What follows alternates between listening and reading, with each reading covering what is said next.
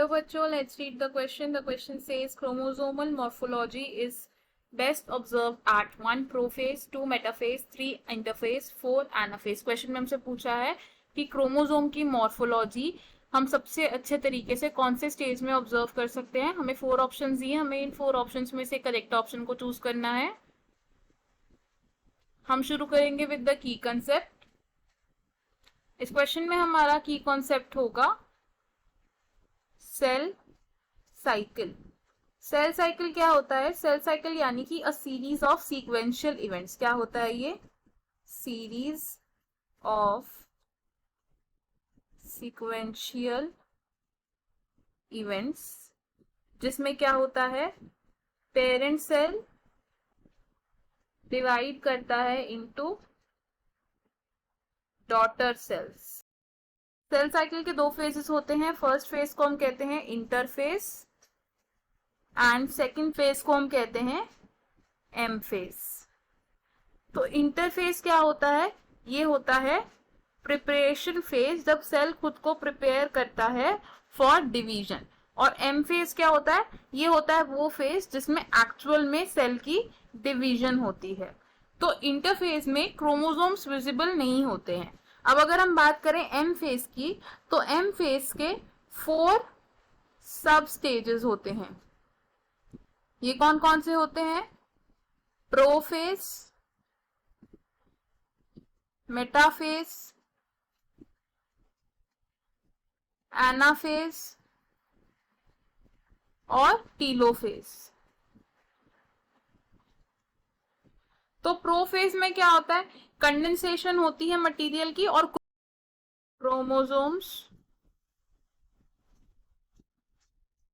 Visible. Metaphase में क्या होता है कि क्रोमैटिन मटेरियल अच्छे से कंडेंस होके एक कॉम्पैक्ट क्रोमोसोम की फॉर्म में अलाइन हो जाता है ऑन द मेटाफेज. तो क्या लिखेंगे हम? क्रोमोसोम्स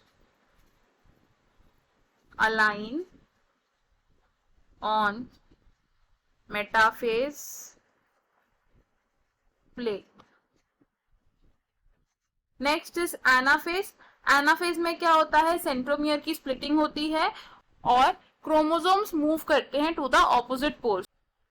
तो क्या होता है इसमें? Poleward movement. And next phase is telophase. Telophase में क्या होता है कि जो क्रोमोसोम्स होते हैं वो डीकंडेंस हो जाते हैं और अपनी इंडिविजुअलिटी को लूज कर देते हैं, जिसकी वजह से क्या होता है? डॉटर न्यूक्लियाई फॉर्म हो जाते हैं. Daughter nuclei form. मेटाफेज को अगर हम रिप्रेजेंट करना चाहे तो हम किस तरीके से रिप्रेजेंट कर सकते हैं ऐसे कि जो क्रोमोसोम्स हैं वो अलाइन हो जाते हैं on the metaphase plate.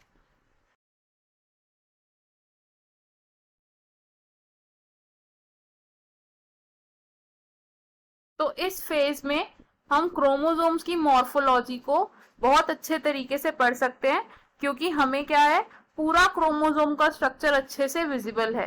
Chromosomes are clearly visible. तो हमें हमारे क्वेश्चन का आंसर मिल गया. हमें क्वेश्चन में यही पूछा था कि क्रोमोसोम की मॉर्फोलॉजी को और उसके स्ट्रक्चर को हम कौन से स्टेज पर सबसे अच्छे तरीके से ऑब्जर्व कर सकते हैं. तो हमारा आंसर क्या होगा इसमें? ऑप्शन 2 यानी कि मेटाफेज. तो हम इसे क्या लिखेंगे?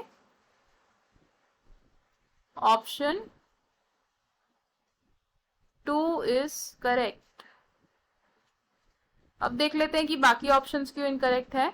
ऑप्शन 1 से प्रोफेज. तो प्रोफेज में क्रोमोसोम्स की मॉर्फोलॉजी बेस्ट स्टेज पर नहीं होती, इसलिए ऑप्शन रॉन्ग होगा. ऑप्शन 3 से इंटरफेज. इंटरफेज में क्रोमोसोम्स विजिबल नहीं होते, इसलिए ये ऑप्शन रॉन्ग होगा. ऑप्शन 4 से एनाफेज. एनाफेज में क्रोमोसोम्स की स्प्लिटिंग हो जाती है और वो मूव करते हैं टुवर्ड्स द ऑपोजिट पोल्स, तो इसलिए हम उनकी मॉर्फोलॉजी को अच्छे से स्टडी नहीं कर पाते, इसलिए ये ऑप्शन भी रॉन्ग होगा. हमारा फाइनल और करेक्ट आंसर क्या है? Option 2. I hope you understood it well. All the best. Thank you.